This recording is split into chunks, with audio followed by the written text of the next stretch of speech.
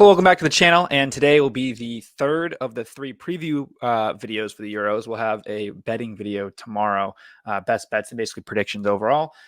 With today, we'll be doing Group E and F. This is groups Ukraine, Slovakia, Belgium, Romania, and then Portugal, Czech Republic or Czechia, Georgia, and Turkey. So Group E, we'll start with Ukraine. Obviously, very tough circumstances for them to qualify, but they did nonetheless. They're going to have Andre Lunin in net from Real Madrid. He is one of the better goalkeepers in the world right now. I know that's crazy to say, but he was Real Madrid's starter for pretty much the entire season up until right at the end when Thibaut Courtois came back from his injury. Right back, you'll probably have Konoplia, Yelham Konoplia. Center back Zabrinsky and Medvinko, both from Shakhtar, I believe. And then at left back, you'll have Mikalenko from Everton. Probably have maybe Zinchenko, in there at left back, maybe as well with Milienko at the right back. But I think he could probably play better at midfield. And the rest of the midfield will also be Ruslan Malivinsky from Genoa. And then either Sudkov or Brajko, I believe, again, both from Shakhtar. Another guy you'll have up there, but they're listed as midfielders, but probably on the wing is, what's his name? Viktor Saiganov from Girona. One of the two Girona guys you'll have in the team, along with Artem Dovbyk, had a great season. You'll have probably Mudryk on the left, very up and down season. Along with him, you can probably have Yarmolenko over at Dynamo Kiev right now. And additionally with that, your strikers could either be Dovbyk or Yarmolenchuk from Valencia and Girona, respectfully. Really good season for the Girona boys. Dovbyk and Yarmolenko, or not Yarmolenko, Saganov had a really good season overall over there in Spain, bringing Girona to like their surprise, second position. It's similar to like a Leicester City almost story there. But they lost to England in the quarterfinals in 2020. I believe it was their only appearance they've ever had in the Euros. I don't even know if the war was even started back then. I don't think so. But obviously they're under a lot here as well. They're saying that Zabarini is one of the players to watch out for from AFC Bournemouth. I believe he was one of like three players to play every minute in the Premier League season this year. So that's something to look out for right here. Ilya Zabrini, Zabrini. I don't know. But yeah, overall, I think they're probably the second best team in this group, tied with Slovakia, who I guess we can go to next. Slovakia, let's see where we got them here. Slovakia, let's see. Slovakia, they are they're playing Belgium in the first game. Their matches here. Let's get one of their most recent friendlies. They played Wales the other day. They had Dubravka and Net from Newcastle. Their defense was Prekrik, Vavro, Skriniar, and Hanko. Obviously, Skriniar is the main one you would know from PSG via Inter Milan. Prekrik from Hertha Berlin. Hanko, I think he's from, what's it called? I think that's a Feyenoord shirt, I believe. Yeah. From Feyenoord, yep. And then Vavro was in from Copenhagen. So some Dutch players there. Their midfield is one of their better strength positions. You've got Lobotka from Napoli, more of a central defensive midfielder. You've got Kuka, also played. He's not in Italy anymore. He was in Italy for a long time. He plays now for Slovan in Slovakia.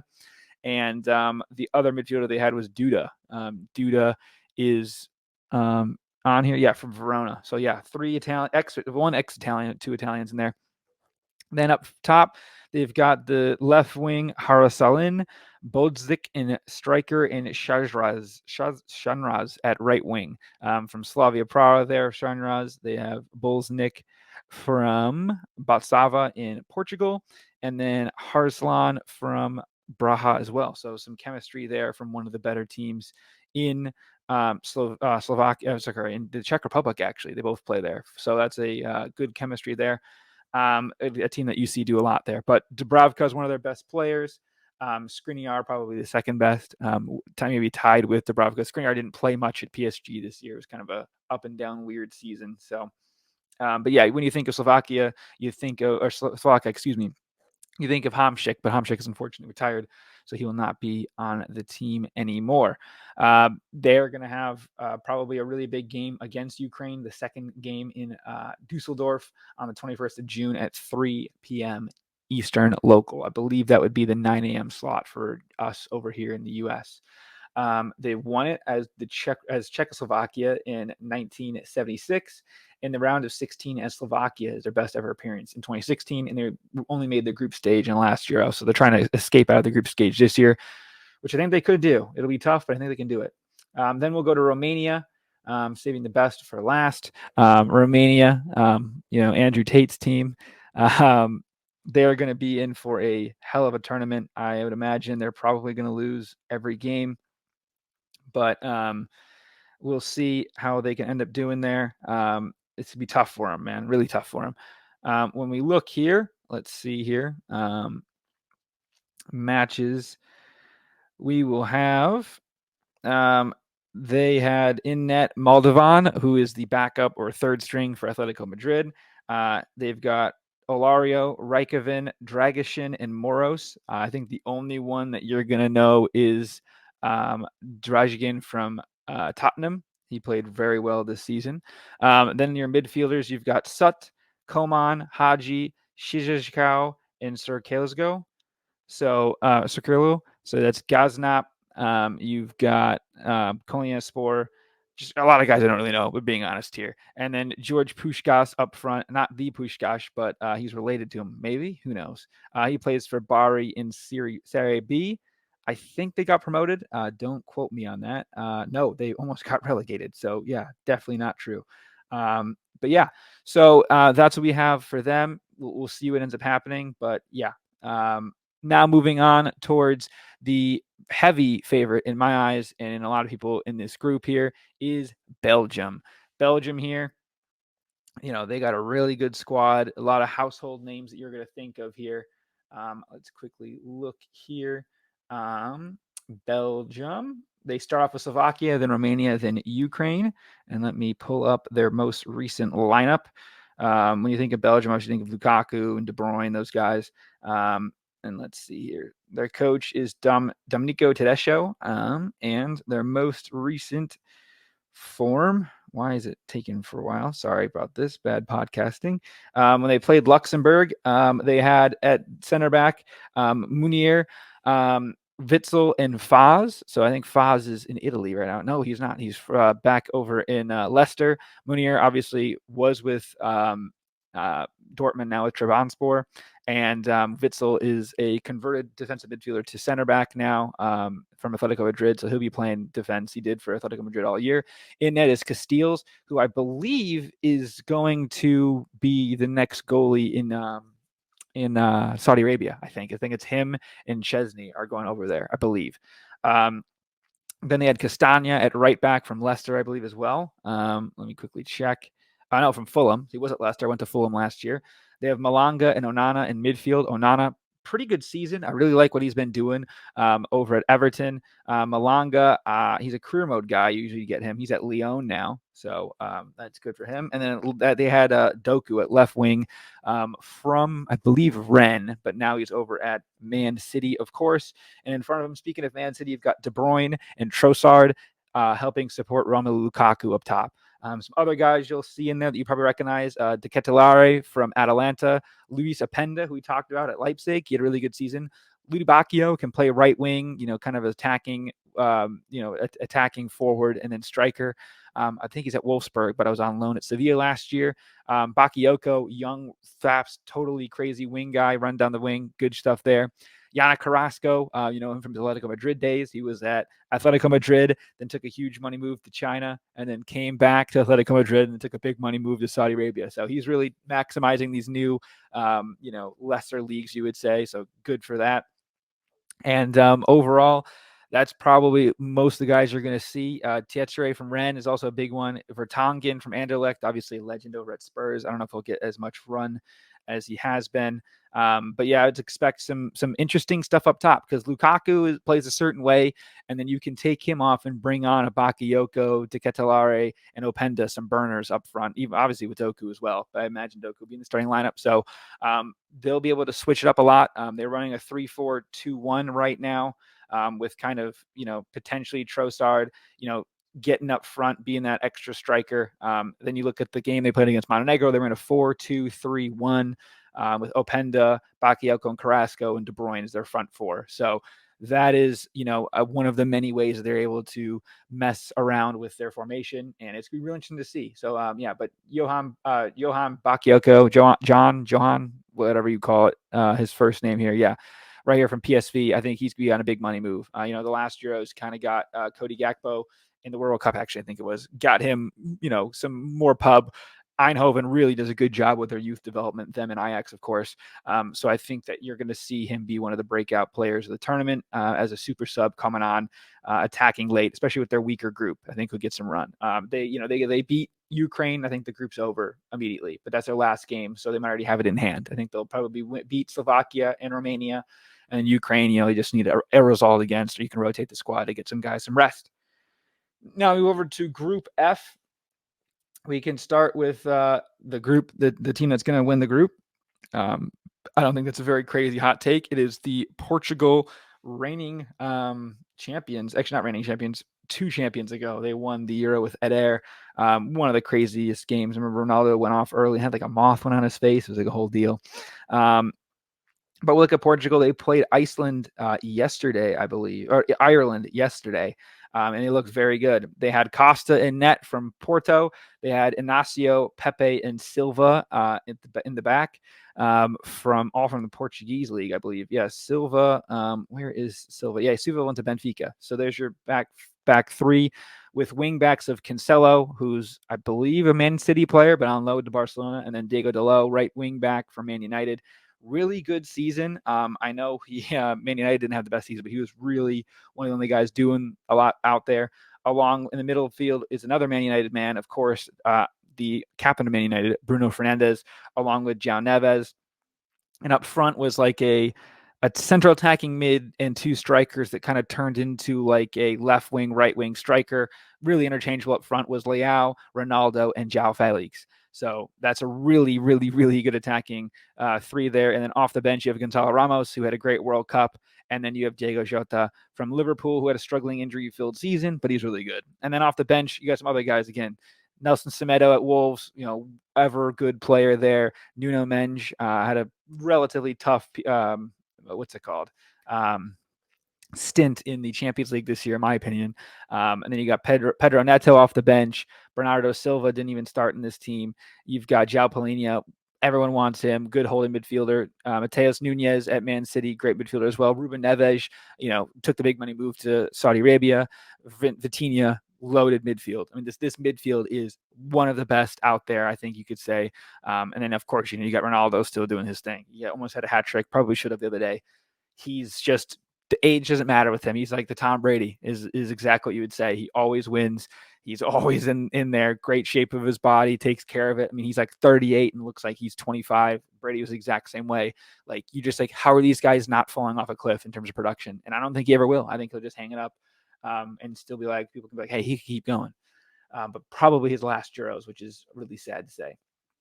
Up next will be probably the second favorite. Potentially, there's 3 really interesting teams in the rest of this group, and that is the Czech Republic, also known as Czechia. I don't really know what the whole deal is with that, but that's, I don't want to get too much into geopolitics, but interesting there. They played the other day. It was actually a really ugly game. They played against North Macedonia, but they had a good lineup up there with Stanek in net from Slavia Praha. They had Soufal as a wing back with Dudulera. They had Souček just in front of the back 4. And then their defense was Krejci, Haranchik, and Holez. Don't know a ton about those guys. But the West Ham duo of Kufal and Souček, everyone pretty much knows. And the other team duo they have there is Hojlik and Schick. both from Leverkusen, who've been, interchangeable up front, and then Jan Kukta from Slavia Praha, a younger guy. I thought it was the other Kukta, but he's been out there doing his thing, 27 years old. Pretty good season over at Slavia Praha, which you'll get a lot of those guys there. And then Provar also in the middle. I think it's at the Standards Liège. No, it's Slavia, as opposed to Sparta Praha. So overall, they've got a really good team. Not really good team, a really average team. Super solid with their attacking options. Obviously, Patrick Schick could be like this super like edgy dark horse type guy for leading goal scorer. He really did his thing at Leverkusen last year, interchanging with Boniface from Nigeria. And obviously Hošlík as well was another striking option. But both of them are, Czech guys from Leverkusen. So you think they'd have impeccable chemistry. So that's something to think about there. And again, in a group with Turkey and Georgia, it's you get 1 or 2 wins and you're in there. Up next, we will go over to Georgia. This is going to be the pronunciation nightmare, but they've got quite a few good players on this team. They had the crazy shock in like the Euro qualifying against Spain a few years ago when we saw Kvaratskhelia get on the world stage, and he is obviously the left winger / striker, depending on what you want to call it, for their team. He plays striker as well over at Napoli. In net, they have Marmashasheli from Valencia, and that's pretty much all you need to know. As crazy as to say, is Marmashasheli and Kvaratskhelia. This guy right here. He will be wearing number 10 for, I think he wears number 10 for Napoli as well. Really good season this year. Looking at his stats for this area, he had 11 goals and 6 assists, tops 5 assist guy out there, but he'll be more of a striker in the Georgia team as he would be supporting Osimhen, but he'll get a lot of shots, be on all penalties, all free kicks that there are. I think he's a really good shout for top goal scorer. The only issue would be, will they score, period? So, and dead heat with that. So if you get like a 1-0, they get 1 goal, it's probably going to be his. If they don't score, obviously you can take top goal scorer, no one. So we'll see. But that's what I have for there. This is obviously their debut for the Euros, so this is great for them to get in here. They qualified beating Luxembourg and Greece. They obviously beat Greece in a penalty shootout. I believe it was in Georgia, and they had a crazy field storming afterwards. So good for them there, which actually took out Kvaratskhelia in extra time. So maybe they're more than just a one-man team. 2-man team. Their goalie was really good, Georgi Marsavelli. But yeah, this is the you watch the announcers on these games. Just if they know what they're talking about, they can rip this name off. Kvaratskhelia. I don't know. I'm not saying it correctly, but the way that they can rip it off is pretty impressive. And then finally, we have the Turkish team. Now, this team, they've got 1 or 2 guys I really do like, but overall, it is a pretty up or down team. Like, they're either going to show up and be awesome or they're going to stink. And it's crazy. They're one of the most hot and cold teams that you're going to have in the Euros. Let me quickly look here at their squad if it loads for me, which it is currently not. They just played the other day against Poland in the game in which, what's his name, got injured, which is tough to see. They have Gonyek and Net from Besiktas. They've got Ahanyan, Akayan, Bakardi, and Mulir as their defenders. A lot of Turkish league guys, except Šejić will be a guy you'll probably see come out with Roma. Good player. Midfielders, they've obviously got Kalhanoglu and Özcan from Dortmund and Inter. And then a little bit in front of them, you'll have Koklu from Benfica. A bit of a down season this year, but last year he tore up the Eredivisie.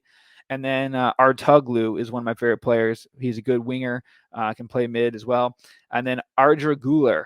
If you watch the Spanish league, he kind of came on when they were starting to not care about the league. Once they locked it up early, Real Madrid, he was out there really doing his thing. He had incredible production for the limited minutes he had. His per 30s are crazy. He is a 19-year-old wonder kid. Reminds you, shades of Emre Mor back in the day, being over in Spain. But if you look at his stats in La Liga, he had 6 goals. Okay, and I'm trying to get his exact minutes here. I don't know if I can get it. Yeah, he has a goal every 62 minutes. He had 60% shot accuracy.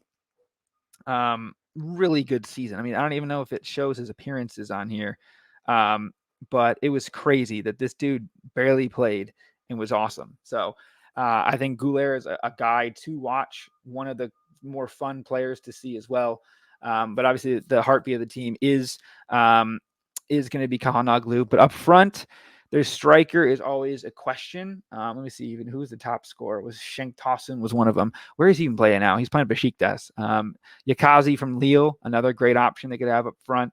I'm just trying to see which guys they used. Yildiz they used a bit too. Oh yeah, that's right. The young kid from at Juventus, Yildiz, a real good option. Kenan Yildiz, he'll be a guy you can see as well. Some really young players for Turkey. So, when you get these teams of younger players, you got to really think and buy in, be like, hey, are they going to buy in? Are they going to be able to do what they need to do at times? Potentially. But also some would say they're so young they don't even know that they shouldn't be doing well, right? If that makes any sense. So I think, this team's gonna have some pretty good success. Artuglu is one of the younger players, but yeah, Goulet and Yildiz are the future of the Turkish national team, and could potentially become world-class players. I mean, the super sub Goulet at Real Madrid was unbelievable. And I think if he gets the start and get some freedom to run around and do his thing, it's going to be very fun to watch Turkey. You're going to think that they're going to beat Georgia. That's probably not implied, but I believe it's probably a fierce rivalry. They're really close to each other in nation. But then they play Czech Republic, and if you can get a draw against Czech Republic, or if Portugal has an off day, you can never see what happens. You never say never. But they'll be one of the teams you can probably sprinkle to advance. But overall, that's all I got right now. I would say, looking at the groups we just looked at, what would I say here? I would go Portugal is going to win the group, and Belgium is going to win the group. That's pretty easy. I would say Ukraine will be second in Group B. I'm trying to do super chalk, but I kind of like Turkey. I think Turkey could pull it off. That Turkey-Czech Republic game is one of those huge games. That is the final game as well. So I remember I said earlier, I think it was Austria playing was going to be a huge game, if I quickly remember. Or was it Serbia, Denmark was one of them too? Yeah, Serbia, Denmark, and then Austria, Poland will be some big games. And they won't be as fun to watch. I think Turkey's another good under team, but it's gonna be very. It's not visually fun to like as the casual fan, but like if you can appreciate the tactical nature of the defense and low scoring. As a Big Ten fan, I do in college.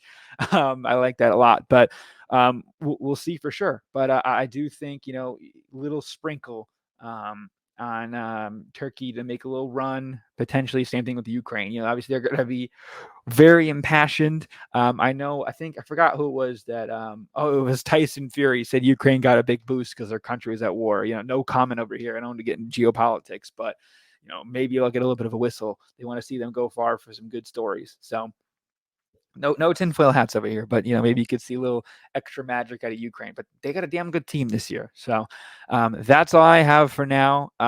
We'll get back to some college football videos soon, but we'll probably do a similar thing next week, maybe a little Euro recap once we finish the group stage and talk about the matchups going forward and things I've seen. And we'll do a little Copa America preview. The U.S. is going to be playing later this afternoon. They're going to be playing. Lineups have been announced. It's 5:30 right now. I haven't gotten lineups yet announced for the USA game against Brazil, but I'd imagine they're going to get spanked. Unfortunately, we need Berhalter out, the manager. So I almost want them to get killed in the Copa America, which is weird. But this is the Euro video, not the Copa America video. We'll do all quick bets tomorrow. Probably a more of like a 10-minute video tomorrow as opposed to the longer form we've done now. But yeah, thank you for the support on this, and yeah. Thank you for watching. Like and subscribe. We'll see you guys next time. Peace.